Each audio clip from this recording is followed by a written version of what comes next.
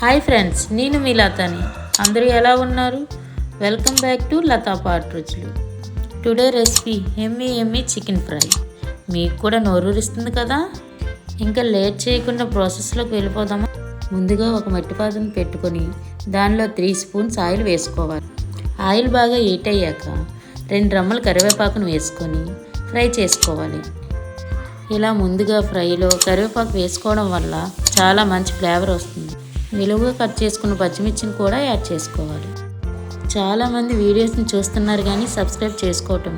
Please subscribe my channel. బాగా fry అయ్యాక ఆనియన్స్ని యాడ్ చేసుకోవాలి. లైట్ గోల్డెన్ కలర్లోకి వచ్చాక నీట్గా శుభ్రం చేసి పెట్టుకున్న చికెన్ని యాడ్ చేసుకోవాలి.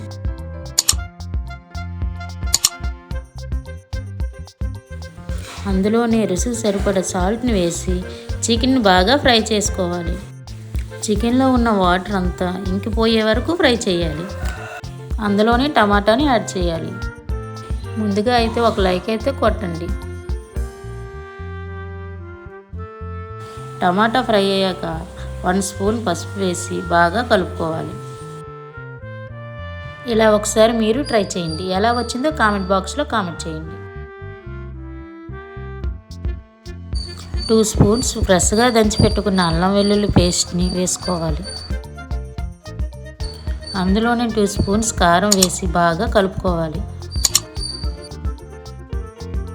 అలా కలపడం వల్ల ముక్కకి బాగా మసాలా పడుతుంది.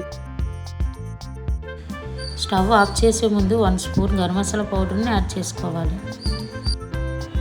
అంతే, ఎంతో టేస్టీగా ఉండే మన స్టైల్లో చికెన్ ఫ్రై రెడీ.